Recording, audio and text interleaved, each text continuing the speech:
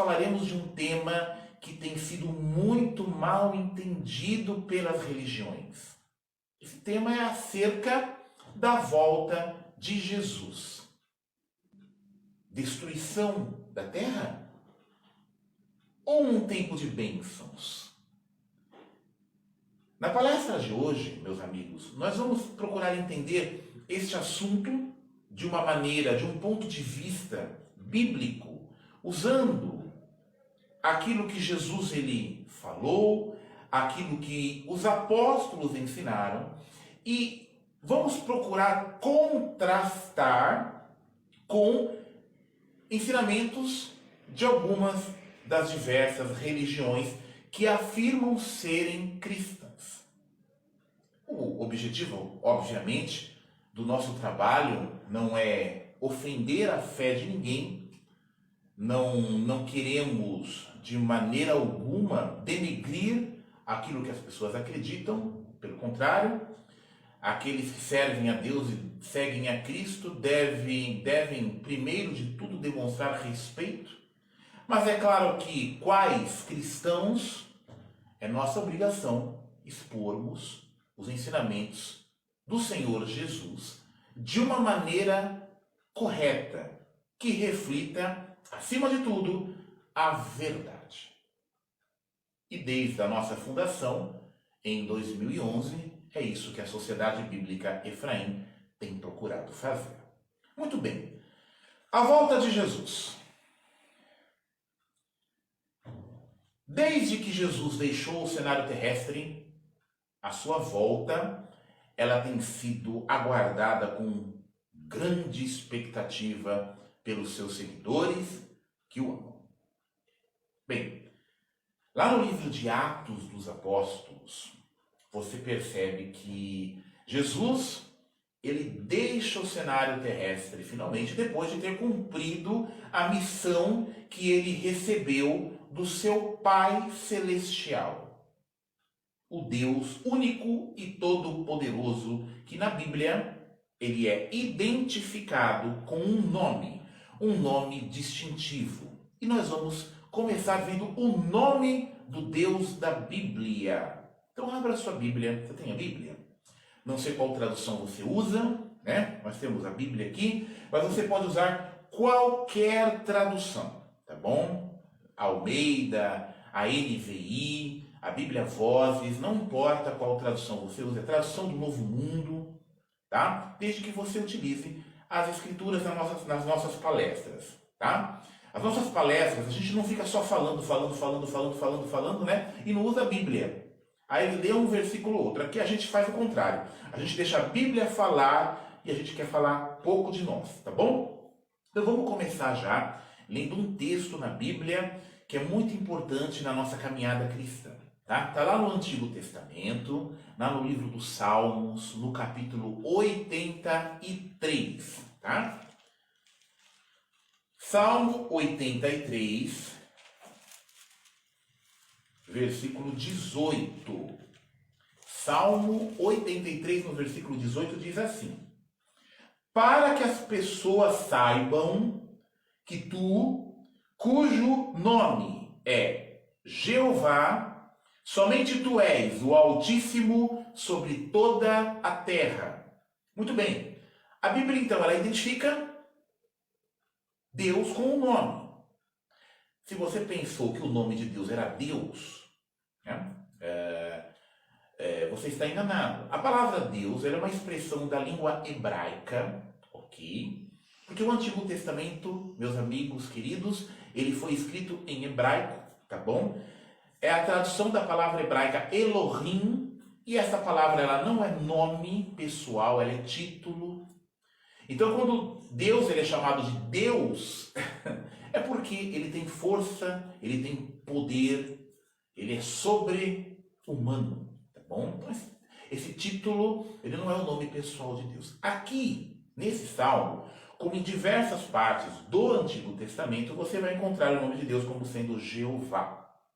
Ou em outras traduções como Javé ou Iavé, ok? Algumas traduções vertem aqui o Salmo 83, 18 por Senhor, ok? que é a tradução da palavra hebraica Adonai. Mas quando a Bíblia foi escrita nas suas línguas originais, nos manuscritos originais, lá trazia o nome de Deus, aqui no Salmo 83:18 e em outras partes. Ok?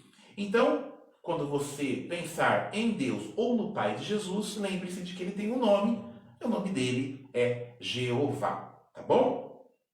Partindo desse princípio, Jeová, ele envia Jesus Cristo à Terra com uma missão. A missão de santificar o seu nome. O nome de Jeová precisava ser santificado, ok? E a raça humana precisava ser resgatada, salva. Salva do quê? Do pecado e da morte. Pecado e da morte que foi imposto sobre nós por causa do erro de Adão e Eva lá no Jardim do Éden. E Jesus, ele vem à Terra, ele se esvazia da sua natureza divina. Eu tenho falado muito sobre isso ultimamente. Inclusive tem havido aí muitos entendimentos errados acerca da natureza de Jesus. Alguns falam, olha, quando ele veio na Terra, ele era Deus, ele era homem ao mesmo tempo.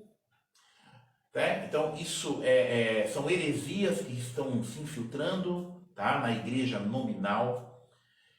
A Bíblia é muito clara. Jesus, quando ele vem à Terra, ele se esvazia completamente da sua natureza divina para se tornar um homem de carne, osso e sangue.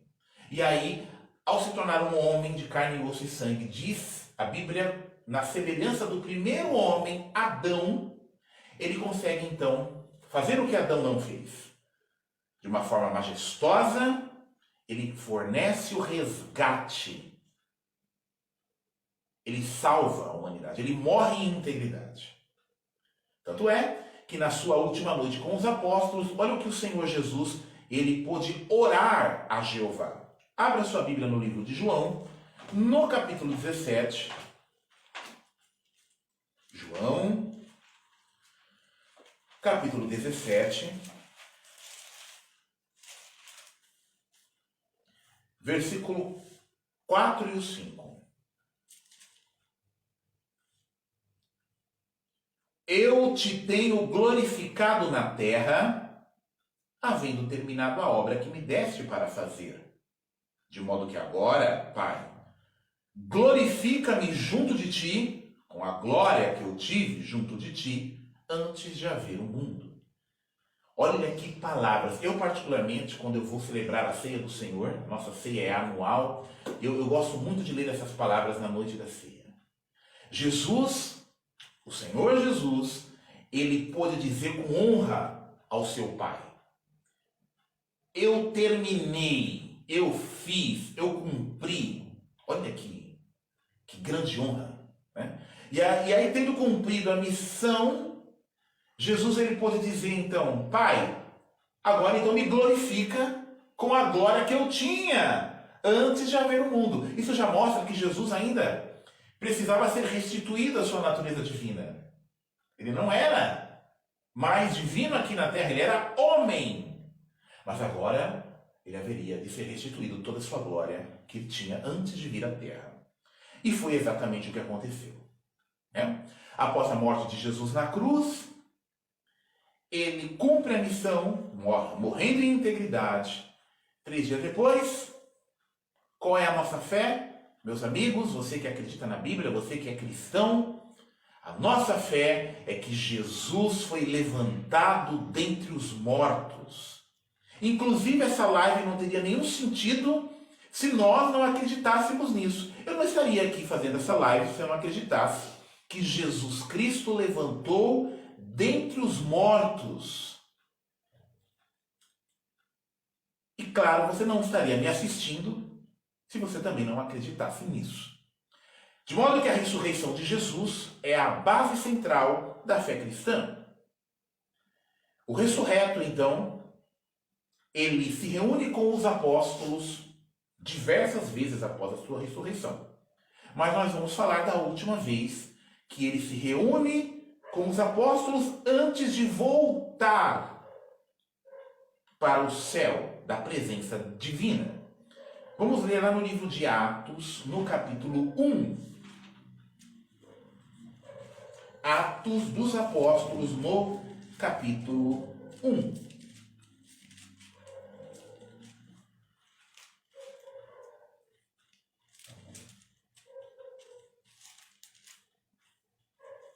No versículo 8, depois de falar sobre o reino, que o reino seria estabelecido no futuro, né? Jesus disse assim: mas ao chegar sobre vós o Espírito Santo recebereis poder, e sereis testemunhas de mim, tanto em Jerusalém, como em toda a Judéia e Samaria, e até a parte mais distante da terra. Ou seja, Jesus haveria de ter testemunhas. E essas testemunhas de Jesus propagariam, quais cristãos gerados pelo Espírito, o Evangelho, as boas novas, no mundo inteiro, a partir aí do ano 33, que é o ano que nós estamos falando. Só que, olha o que aconteceu, olha a sequência de eventos, meus amigos. Agora no versículo 9 em diante. Atos 1, versículo 9. E, depois de dizer estas coisas, enquanto olhavam, foi elevado, e uma nuvem o arrebatou para cima, fora da vista deles. E enquanto fitavam os olhos no céu durante a partida dele, eis que havia também 2 homens, em roupas brancas, em pé ao lado deles. E estes disseram: homens da Galileia, por que estáis parados aí, olhando para o céu? Este Jesus que, dentre vós, foi acolhido em cima no céu, virá assim da mesma maneira em que o observastes ir para o céu. Muito bem. A partir desse momento, né, olha o que acontece, né? Jesus, ele sobe e flutua, literalmente, é o que a Bíblia fala. E aí, ao flutuar, uma nuvem o encobre. E ele desaparece, pelo menos da vista dos apóstolos que ficaram ali olhando. E os apóstolos ficam ali olhando, né? E não vem mais nada, porque o que aconteceu? Aqueles que estudam as Escrituras, que deram sequência à sua leitura no Novo Testamento, entendem que Jesus ele desmaterializa, né? Ele se reveste ali do corpo espiritual que ele possui, um corpo que pode ser qualquer coisa agora, pode ser espírito, pode ser carne, pode ser o que ele quiser, e ele retorna como uma poderosa criatura espiritual ao céu para receber do Pai glória, honra e imortalidade. E o reino, né? Acontece que os apóstolos ficam ali naquela expectativa, e agora, cadê Jesus? Aí quando eles veem 2 anjos, tem 2 anjos ali, né? E falam: olha, o que vocês estão olhando aí para o céu? Oh, parou! Jesus vai voltar. E ele vai voltar da mesma maneira que vocês estão vendo ele para o céu. A partir desse momento, amigos, cria-se um monte de esperança e um monte de crenças, algumas corretas, algumas um pouco corretas e outras muito erradas, acerca da volta do nosso Senhor Jesus Cristo. E hoje nós vamos desmistificar algumas dessas crenças erradas, a fim de que nós, que seguimos as pisadas do Senhor, possamos aguardar da maneira correta, com a expectativa correta, a volta do Senhor Jesus Cristo. E o que significará também esse retorno? Muito bem. Acontece que enquanto os apóstolos viviam, o Espírito Santo de Deus agia de uma maneira plena nas igrejas que estavam sendo formadas na época, lá no primeiro século. E, com os apóstolos vivos, a verdadeira doutrina, ela não perdia sua força. Os apóstolos agiam como guardiões da verdadeira doutrina e preservavam os ensinamentos corretos. Tanto é que muitos desses homens, né, que seguiam a Jesus, foram escolhidos para escrever os 27 livros que hoje nós conhecemos como o Novo Testamento. E esses 27 livros, que foram escritos por 8 homens, né, seguidores de Jesus, alguns apóstolos, outros apenas discípulos, fornecem a base da crença da verdadeira doutrina para aqueles que querem realmente seguir o Senhor Jesus. Tá bom? Acontece que depois da morte dos apóstolos, é aí que vem a problemática disso. A história nos diz que o apóstolo João, provavelmente, que foi o último que morreu, ele morre ali por volta do ano 100. Depois de ter recebido o livro de Apocalipse, a Revelação, e escrito 3 cartas, 1ª, 2ª e 3ª João, que nós temos na Bíblia, né? João, então, ele deixa, né, termina a sua carreira terrestre, ele morre. E aí o que acontece? São aos poucos, tá, amigos? Não foi de uma vez, não foi da noite para o dia. Aos poucos são introduzidas doutrinas, ensinamentos que vão se distanciando a cada dia daquilo que Jesus ele foi falando, ele foi ensinando, né? E como os apóstolos não estavam mais vivos, então aí começou-se então as cisões, as divisões no cristianismo, né? E aí, com o surgimento no 4º século da Igreja de Roma, aí é que a coisa então realmente começa a desandar de vez.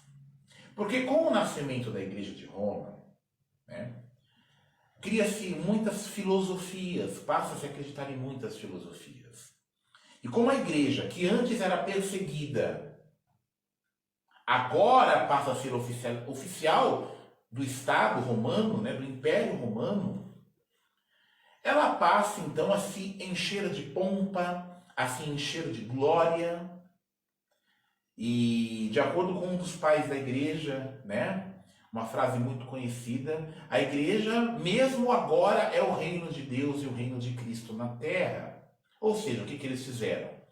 Eles transferiram as bênçãos do reino da terra para o céu e trouxeram o reino do céu para a terra. Dizendo então que o reino já está operando agora através da igreja. E com isso a volta de Jesus, ela passa então a ser obscurecida e mal interpretada por aqueles que viriam então a fazer parte da Igreja de Roma.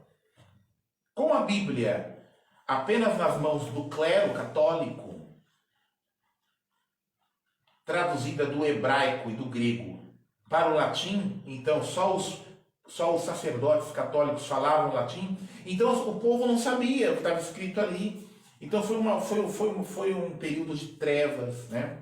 Até que chegasse a reforma protestante de Martinho Lutero, né? Era raro a pessoa, né, poder ter uma Bíblia hoje como nós temos, né? E ler no nosso idioma, aquilo não existia lá no passado, na Europa ali, né?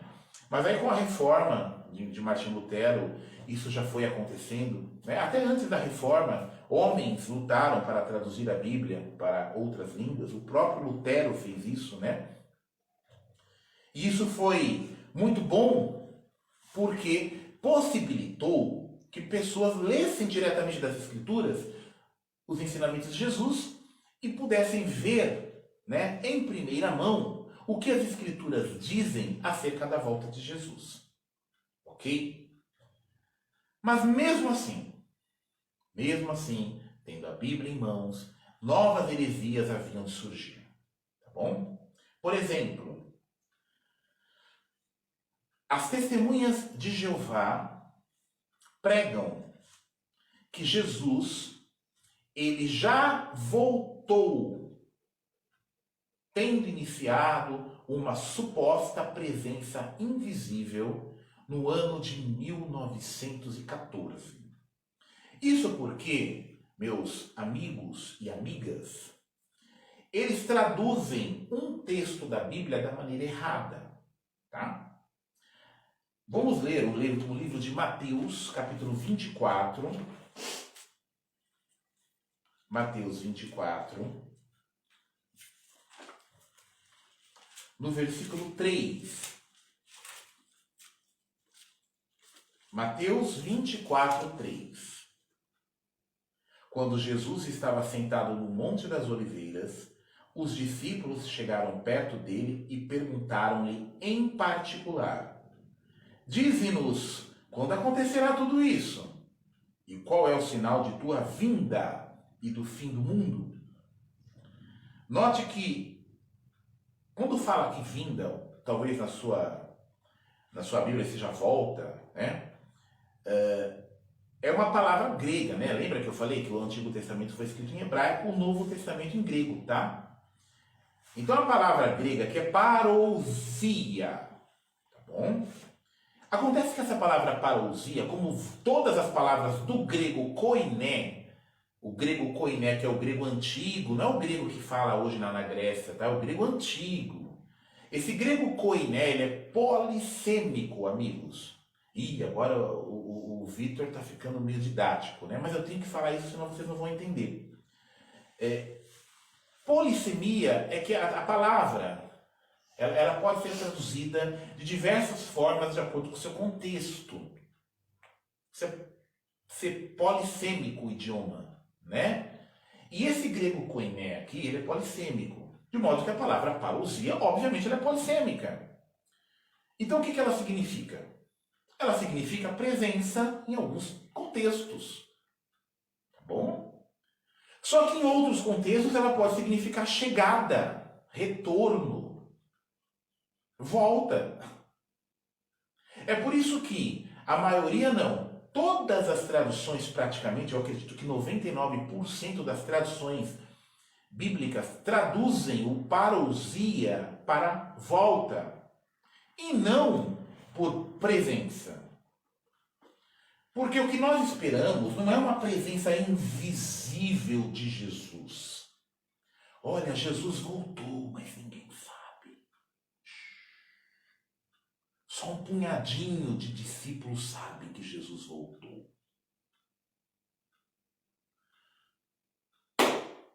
Esse tipo de coisa, vou falar com todo respeito, é coisa de falso profeta. Somente falsos profetas, falsos instrutores pregam isso, que Jesus já voltou, sendo que ele não voltou.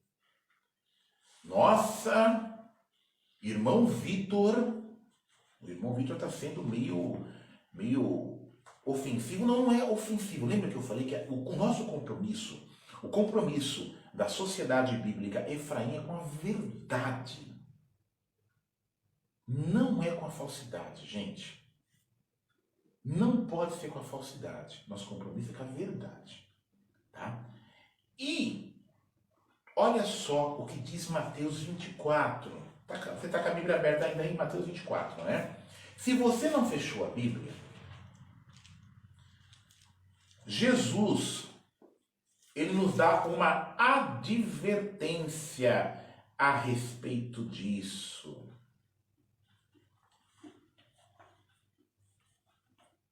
Mateus 24, no versículo 23 até o 27. Parece que Jesus estava profetizando. Eu acho que parece não, Jesus estava profetizando, prevendo o futuro, prevendo a nossa época, tá?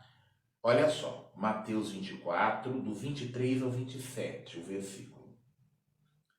Então, se alguém vos disser, o Cristo está aqui, olha que interessante isso, o Cristo está presente, ou acolá, não acrediteis. Porque se levantarão falsos cristos e falsos profetas que farão grandes sinais e prodígios para enganar, se possível, os próprios eleitos, os escolhidos. Vede, eu vos preveni. Se vos disserem, pois, lá está ele no deserto, não saiais. Aqui está, no esconderijo, não acrediteis.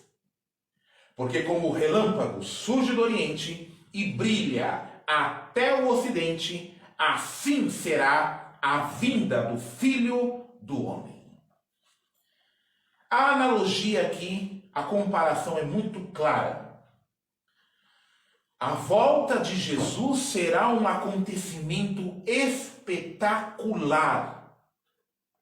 Esse acontecimento, meus amigos, vai parar o mundo como nós o conhecemos.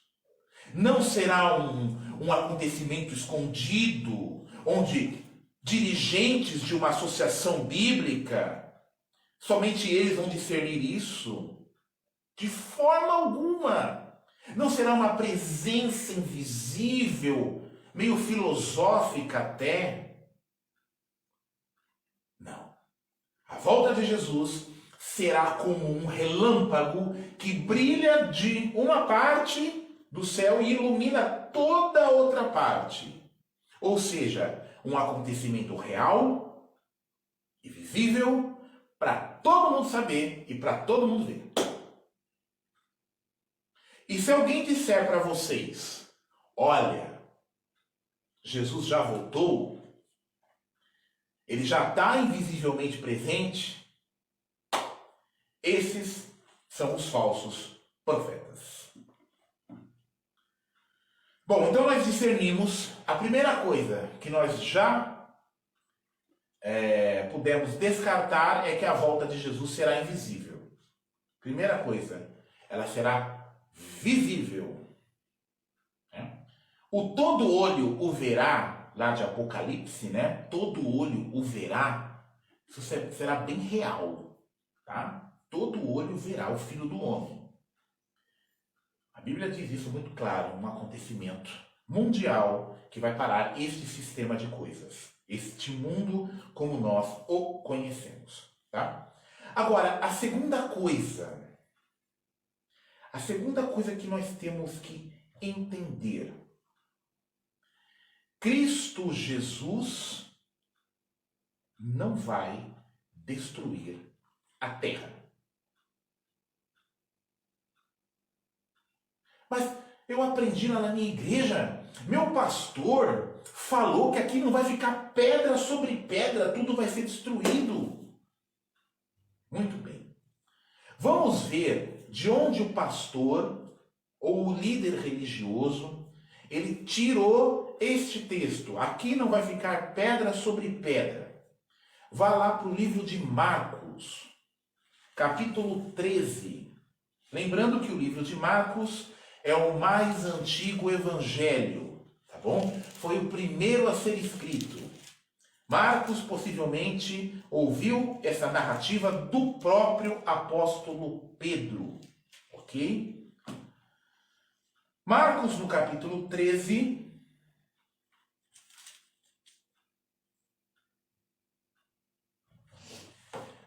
gente, olha só.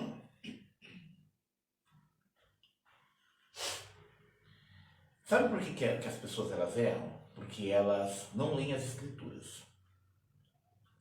É por isso que é muito perigoso deixar o pastor interpretar a Bíblia para você. É por isso que é perigoso deixar o padre interpretar a Bíblia para você. É por isso que é perigoso deixar o ancião aqui interpretar a Bíblia para você. Não. Você tem que interpretar a Bíblia para você com a ajuda do Espírito Santo de Deus. E sempre quando você for ler, Você tem que levar em consideração o contexto. Sabe o que é contexto, meus amigos? É o antes e o depois do versículo. Não é só pegar o versículo e isolar ele. Lê o capítulo, vê o livro, pesquisa uma obra de referência, uma enciclopédia. Entendeu? Expande seu conhecimento para que você chegue a um conhecimento correto. Porque quando você não faz isso, você dá margem para a heresia. Você quer ver o que é o pedra sobre pedra? Olha só. Marcos 13, versículo 1. Ao sair do templo, um dos seus discípulos disse-lhe: Instrutor, vê que sorte de pedras e que sorte de edifícios. Eles estavam ali no templo, né? Faltava 2 dias para Jesus ser executado. E aí, quando eles saíram do templo, eles estavam indo para o Monte das Oliveiras. Olha, esse templo é maravilhoso. O templo em Jerusalém era uma glória no mundo inteiro, né? Só para os amigos terem uma ideia, cada pedra do templo era gigantesca, era maior que uma pessoa, né? Imagina várias pedras, né? O templo era gigante. Nossa, olha que templo lindo!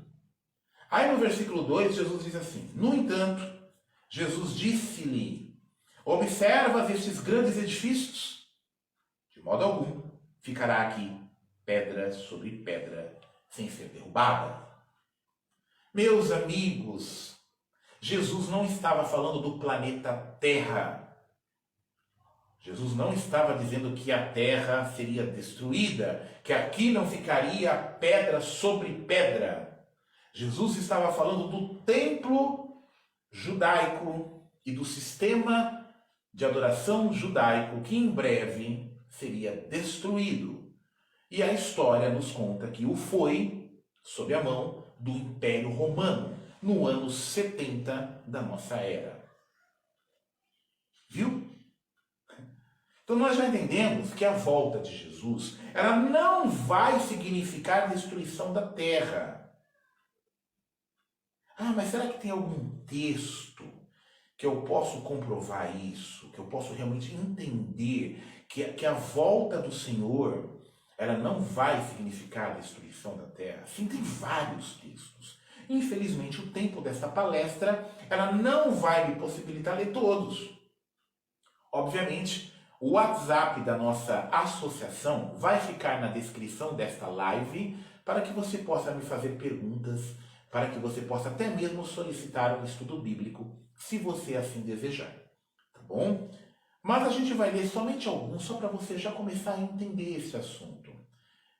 Primeiro, a Bíblia não diz que a terra vai ser destruída, porque a terra ela foi feita como a morada eterna da raça humana. Deus fez essa terra para que ela exista, ela perdure para sempre. Bom, vamos ler isso no livro de Eclesiastes, no capítulo 1. Eclesiastes, no capítulo 1, no versículo 4,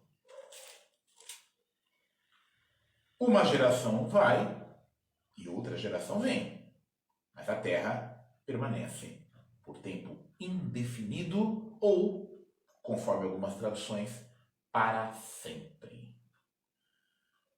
Ou seja, a terra permanece para sempre. Tá? A esperança judaica também era essa. Todos os profetas de Israel falaram sobre isso, de que esse planeta que nós vivemos, um dia se transformaria num paraíso, debaixo do reino do Messias, do enviado, do escolhido por Jeová. Tá? Um destes textos está no Salmo 37, escrito pelo rei Davi. Salmo 37, no versículo 29, que diz assim: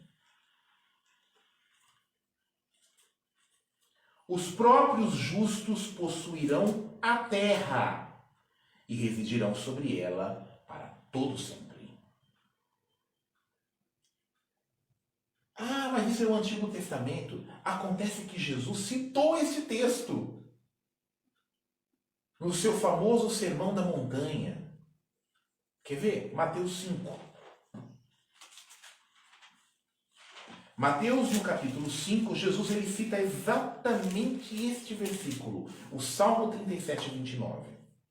Mateus 5, versículo 5. Felizes ou bem-aventurados os de temperamento brando, ou os mansos, porque herdarão a terra. Sim, meus amados, meus amigos, a terra será abençoada em breve.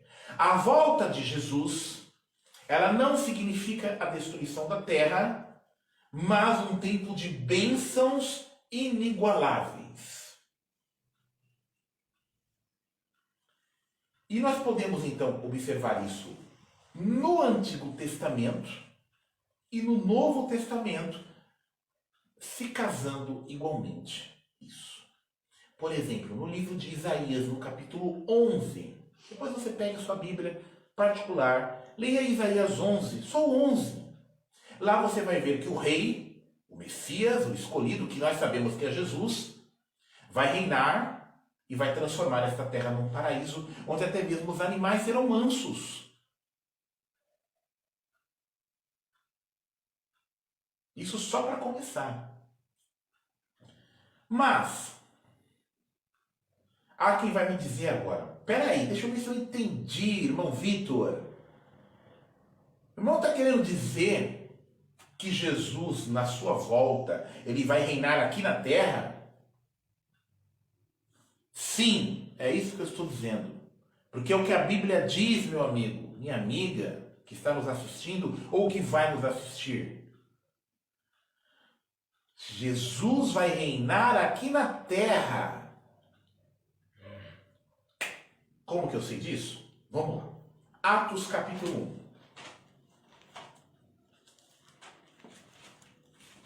Atos no capítulo 1, lembra? Subida de Jesus lá? No versículo 11, diz assim: E estes disseram, os anjos, homens da Galileia, por que estáis parados aí olhando para o céu? Esse Jesus que dentre vós foi acolhido em cima, no céu, virá assim, da mesma maneira em que o observastes ir para o céu. Opa, Jesus vai voltar da mesma maneira que ele foi. Pô, legal. Onde que Jesus estava quando ele saiu, quando ele partiu da terra? Será que a Bíblia fala? Fala. Versículo 12. Voltaram então a Jerusalém do monte chamado Monte das Oliveiras, que está perto de Jerusalém, à distância da jornada de um sábado. Eles estavam aonde? No Monte das Oliveiras. Jesus foi embora dali. Os anjos disseram, olha, ele vai voltar da mesma maneira. Curiosamente, o Antigo Testamento possui uma profecia messiânica de restauração de Jerusalém, que casa exatamente com estas palavras apostólicas aqui que foram escritas, né? Por Lucas. Olha só, Zacarias, se você pegar o livro de Zacarias, capítulo 14, uma profecia que não se cumpriu ainda.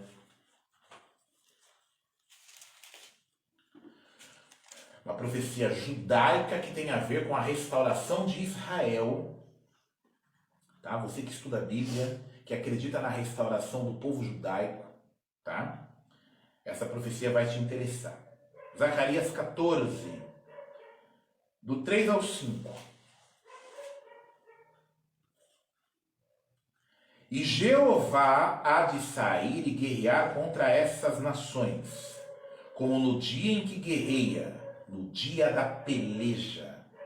E naquele dia, seus pés estarão realmente postados no Monte das Oliveiras, que está defronte de Jerusalém ao leste, e o monte das oliveiras terá de ser fendido pelo meio, desde o nascente e até o oeste. Haverá um vale muito grande, e metade do monte será realmente movida para o norte, e metade dele para o sul. E vós, certamente fugireis para o vale dos meus montes, porque o vale dos montes chegará até Azel, e tereis de fugir, assim como fugistes por causa do tremor de terra nos dias de Uzias, rei de Judá. E Jeová, meu Deus, certamente chegará, estando com ele todos os santos. A linguagem bíblica aqui, nós não sabemos até que ponto ela é simbólica ou literal no que diz respeito ao Monte das Oliveiras ser partido, fendido. Temos que esperar para ver. Mas a linguagem bíblica é muito clara.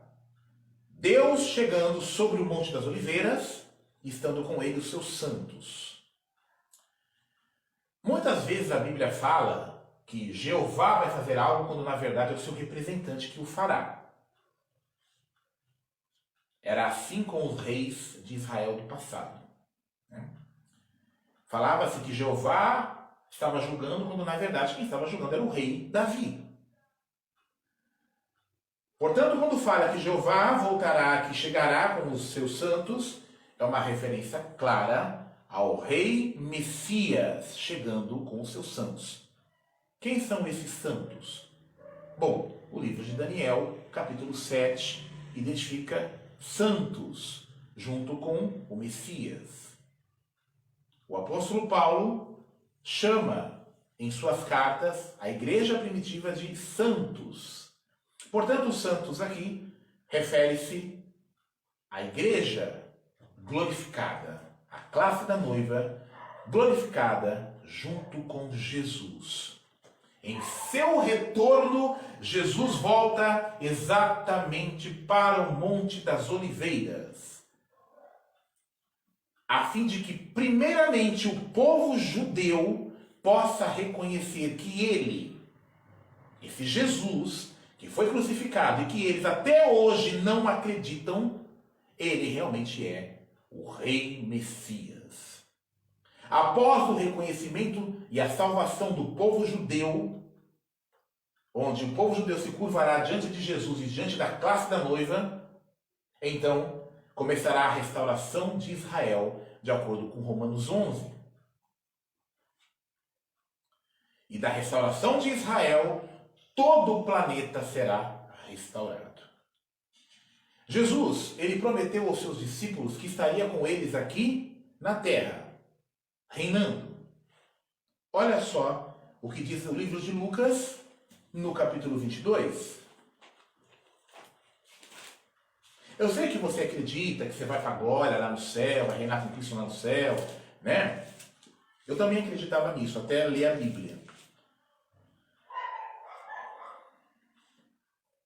Lucas 22,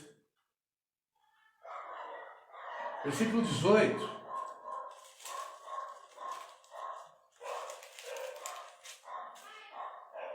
Pois eu vos digo, doravante não beberei mais do produto da videira, até que chegue o reino de Deus. Versículo tão simples, que a gente está concentrado lendo sobre a ceia, e a gente percebe que Jesus falou, olha, a gente vai beber vinho de novo, tá?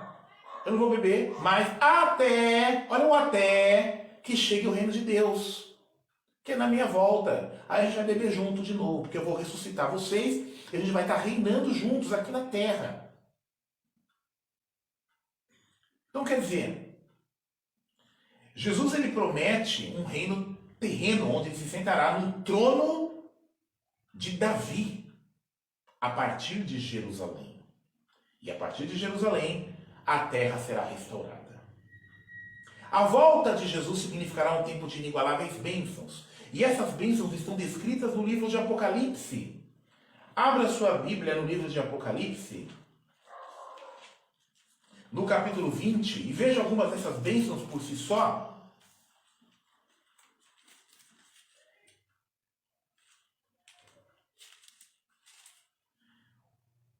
Capítulo 20, versículo 1 e 2. A primeira bênção. E ouvi descer do céu um anjo com a chave do abismo e uma grande cadeia na mão. E ele se apoderou do dragão, a serpente original, que é o diabo e Satanás, e o amarrou por 1000 anos. 1000 anos. Sob a ordem de Jesus, Satanás, então, é aprisionado numa espécie de zona fantasma, por assim dizer. Sem acesso mais à humanidade. Preso, encarcerado durante 1000 anos. Ele e os anjos decaídos, os demônios. Para que o paraíso na terra possa se desenvolver livremente. Aí no versículo 6, temos a esperança da igreja. A esperança de cada um de nós que acredita em Jesus Cristo como seu único e suficiente Salvador. Revelação, Apocalipse 20, versículo 6 diz: Feliz e santo é todo aquele que tem parte na primeira ressurreição. Sobre estes, a segunda morte não tem autoridade, mas serão sacerdotes de Deus e do Cristo e reinarão com ele durante os 1000 anos. Um governo será instalado na terra. Isso cumpre a profecia de Daniel no capítulo 2, onde ali Daniel interpretou o sonho de Nabucodonosor de uma estátua que representa os governos do mundo sendo destruída nos pés, e essa pedra se transforma num monte e enche a terra inteira. Isso está em Daniel capítulo 2. Leia. A partir desse momento, a partir de Jerusalém, do povo de Israel, Jesus e a igreja então espalharão bênçãos para que o planeta Terra se transforme num paraíso. Os primeiros beneficiados estão aqui no versículo 6, são aqueles que seguiram a Jesus. Tanto os que já morreram antes da volta de Jesus, como aqueles que estarão vivos por ocasião da volta de Jesus. Esses receberão com Jesus a imortalidade e um corpo renovado, que, assim como Jesus, pode ser o que quiser, espiritual ou carnal. Mas reinarão na terra com Jesus durante 1000 anos, interagindo com os outros humanos, ressuscitando as pessoas, para que elas possam usufruir de bênçãos que não tiveram durante 6000 anos debaixo da influência de Satanás. E por falar em ressurreição, olha mais uma bênção aqui, olha. Depois da ressurreição da classe da noiva, da igreja, né? Olha aqui que o versículo 11 até o 14 fala. Capítulo 20. E eu vi um grande trono branco e o que estava sentado nele. De diante dele fugiam a terra e o céu, e não se achou lugar para eles. Quem você acha que é esse sentado aqui? Jeová Deus? Como a torre de vigia fala? De maneira nenhuma. É o Senhor Jesus que recebeu poder para julgar. 12. E eu vi os mortos, os grandes e os pequenos, em pé diante do trono, e abriram-se rolos, mas outro rolo foi aberto, é o rolo da vida. E os mortos foram julgados pelas coisas escritas nos rolos, segundo as suas ações. E o mar entregou os mortos nele, e a morte e o Hades entregaram os mortos neles, e foram julgados individualmente segundo as suas ações. E a morte e o Hades foram lançados no lago de fogo. Este significa a segunda morte, o lago de fogo. Agora, a ressurreição da humanidade, dos mortos, que não tiveram oportunidade de conhecer a Jesus, ou de seguir talvez a Jesus, vão ter uma segunda chance durante esses 1000 anos na Terra. Jesus e a igreja, investida de poder e de autoridade, ajudarão essas pessoas durante 1000 anos para que elas possam alcançar a perfeição de Adão e Eva. Nesse meio tempo, a terra se transformará num jardim, um lugar agradável para se viver. Sem Satanás e os demônios, isso será plenamente possível. E o Senhor Jesus interagirá com as pessoas aqui na terra. Será um tempo de muitas bênçãos. O livro de Apocalipse continua no capítulo 21 até o versículo 1 até o versículo 4. E eu vi um novo céu e uma nova terra, pois o céu anterior e a terra anterior tinham passado, e o mar já não é. Vi também a cidade santa, Nova Jerusalém, descendo do céu da parte de Deus e preparada como noiva, adornada para seu marido. Com isso, ouvi uma voz alta do trono dizer: Eis que a tenda de Deus está com a humanidade, e ele residirá com eles, e eles serão seus povos, e o próprio Deus estará com eles. E enxugará dos seus olhos toda lágrima, e não haverá mais morte, nem haverá mais pranto, nem clamor, nem dor. As coisas anteriores já passaram. Sim, o reino virá. Note que a cidade de Nova Jerusalém, que é a noiva do Cordeiro, ela vem. Nós não vamos até ela. Ela vem até nós. Por isso que Jesus orou na oração do Pai Nosso: venha o teu reino. Realize-se a tua vontade na terra, como ela já é feita no céu. Bem, agora, para a igreja, para os seguidores imortais de Jesus, após os 1000 anos, aí a Bíblia não diz. Eu só sei que Jesus disse assim, né? Onde eu estiver, vós estareis comigo para sempre.